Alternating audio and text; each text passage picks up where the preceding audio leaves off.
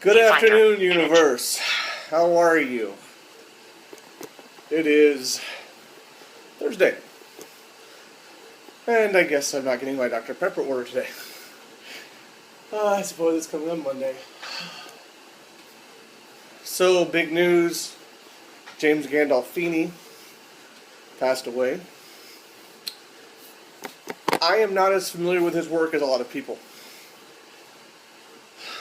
My friend Robert texted me yesterday with the sad news, and I went online and looked. And he's had a very long career. According to John Travolta,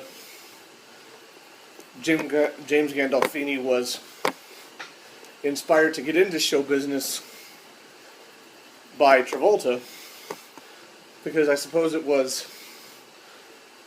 Travolta's father that sold tires to Feeney's father, or Gandolfini's father. So they knew each other that way, and then went on to do 5 movies together once Gandolfini was in the entertainment industry. So a lot of shock, and it is shocking that the man was 51 years old and passed away from a massive heart attack. It really tells you that we're all living on borrowed time. I remember an episode of Frasier years ago where Frasier heard about this doctor that died, who worked in the same building as his brother, and he spent all this time. This guy was the same age as him and had all these similar things going on, but he was in really good shape and worked out a lot, and was just shocking that he could die of a heart attack. And he kept trying to figure it out. And in the end, the conclusion he came to was, we just don't know. We're working with these bodies, and one skip of a heartbeat could cause a problem. The wrong chemical mixture happens in our brains, or happens in our heart, anywhere in our body, I suppose. Anything can malfunction. I mean, look at your car. No, it's probably a relatively bad comparison, but you buy a car, change the oil like you're supposed to, change your spark plugs, do all this sort of stuff. You could still have a car that has less than 100,000 miles on it, and the transmission just like that. There's no guarantees with anything. So it's shocking, for sure. And it is sad. The man died. I'm sad that he passed away because he was doing what he loved. He was on vacation, of all things, which is really the last time you'd want to die. That's when you're supposed to be relaxing, and he had this terrible thing occur to him. I'm sad just because another human being passed away in general. And it makes you think about your family, and you never know how much time you have. I'm certainly sure his wife, and I think he has a son, never expected it. Now, we don't know if he had any existing health issues that he hadn't made public. But regardless, there's no guarantees in anything. My buddy Robert's father, sadly, passed away in a very short period of time after being diagnosed with lung cancer that had spread. They expect him to last a year, maybe 6 months. He was gone in less than a month. It's a tragic thing, and we should appreciate the time we have with people. It's the end all be all. Enjoy the people you have in your life. You never know when your number or their number's up, so to speak.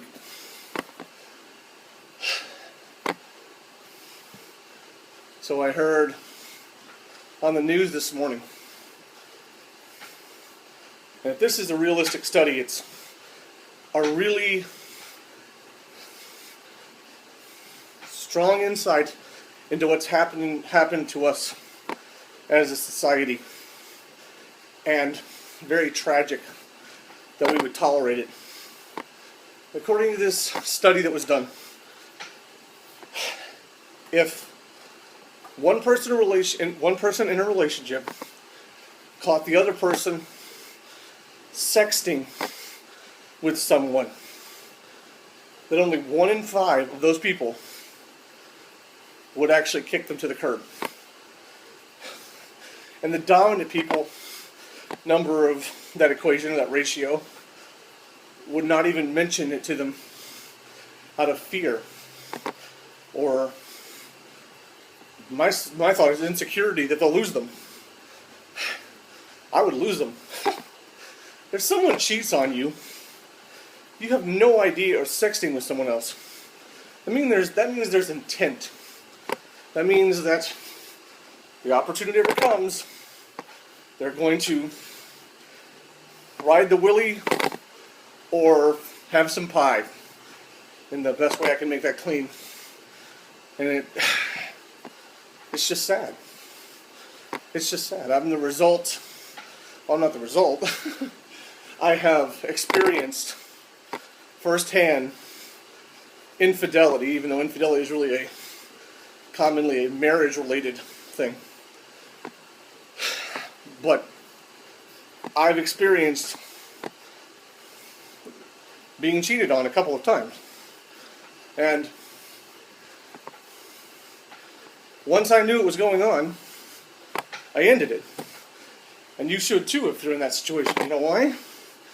Because the longer you stay in it, the easier it becomes to accept that you're not enough and to start thinking that's something about yourself. And number 2, the more likely you are to get hurt, emotionally and physically. Because keep in mind, once again, if someone's sexting with someone else, then there's intent, there's interest in doing more. And if they do more, you have no idea what that other person may or may not have. Not only that, you have no idea if they've done that with other people. I mean, the old saying goes that whoever you sleep with, have sex with, you're having sex with anyone they ever had sex with. And it's true. And if they weren't clean, guess what? You can end up with all kinds of stuff. It's a dangerous, dangerous, dangerous thing. And to just accept the fact that, or to decide that either A, you're not enough, or B, you can change them, are two very diluted concepts. Number 1, it's not your fault if someone else is cheating. Don't say it's because, you didn't spend enough time with them. Don't say it's because you gained weight. It's not because of you. They chose to decide that they wanted something that was different. Whether it be that they thought it was more exciting or whatever. The bottom line is, they didn't have any respect for you as a person. And they don't have a whole hell of a lot of respect for themselves. And they sabotage every relationship they will ever be in. Because they will never have trust. Because you could be texting someone and they could be going, what are you doing? Who are you texting? Why are you texting her? Or why are you texting him? That's because they're insecure, because they know they've been violating the agreement or the pact or the vow that they made to you. And so they put it off on you as though it's your fault. So it's just self-respect.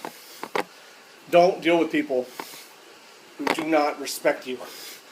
You could get sick, physically, emotionally. Your life is worth more than that. Kick people doing that to you to the curb and find someone, even if you're alone for a while. Find someone who's worthy of you. And don't give away your heart so easily. I learned that this last time around. I really started to have feelings with this woman. And we'd been dating for, I don't know, about 6 weeks. And then she just sort of... And there was really no logic behind it, other than her saying she wasn't ready. And there were other things she said and did, like online she would post how she wanted these buff-looking guys. Well, she was a good-looking lady, an attractive woman. She wasn't God's gift to women. She wasn't, a 10 in the normal sense. She was a 10 to me because her attractiveness, physically, and my attraction to her, combined with her personality, is what made her, close to a 10. I don't believe in anybody ever being a 10. That's putting people on a pedestal, and it's dangerous. But it really hurt. And it was really painful because I tried to be considerate and move slow. And she would rather go for the quick, the fast, and the passionate. And while passion is a great thing to have, passion can also be very dangerous when it's completely and totally carnally motivated. Because so many bad things can happen to you. You should appreciate what you've got, because you don't know if it'll ever come again. And if you're in a relationship with someone and you are feeling like you want to find something more exciting, that means there's something wrong in the relationship, in your compatibility, your communication. So sit down and talk to the person and try and work it out.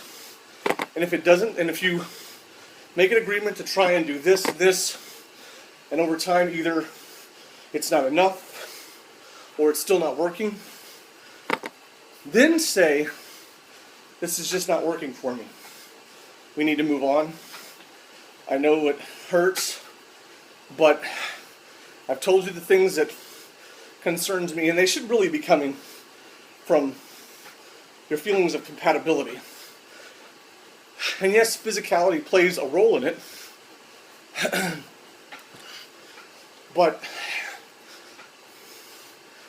no one is going to be beautiful forever, okay? If you're a 50-year-old man now, and you were 25 when you got married, and now you're 50 and you look across your wife, who's relatively the same age as you, and she has more wrinkles, and vice versa for women with men.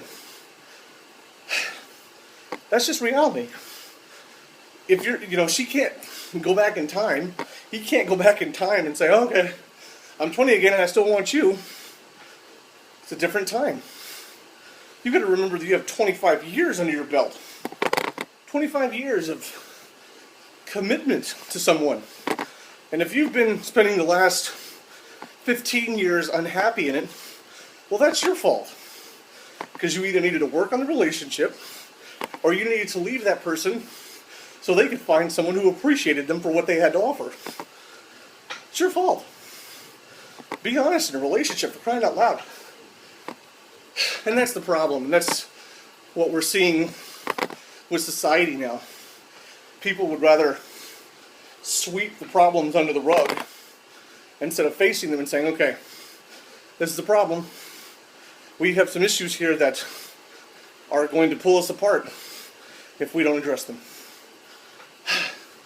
I just wish more people would do it. I really want a strong relationship.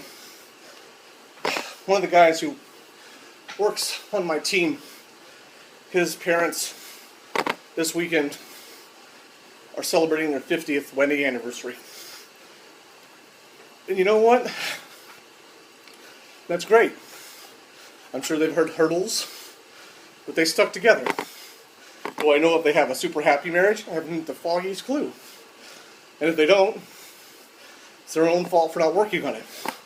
But if they do, even, not necessarily super exciting but they feel solid in their relationship, that's something to be grateful for. Because someone who usually, not by, let's just move on. Usually, if you get involved with someone who's younger than you,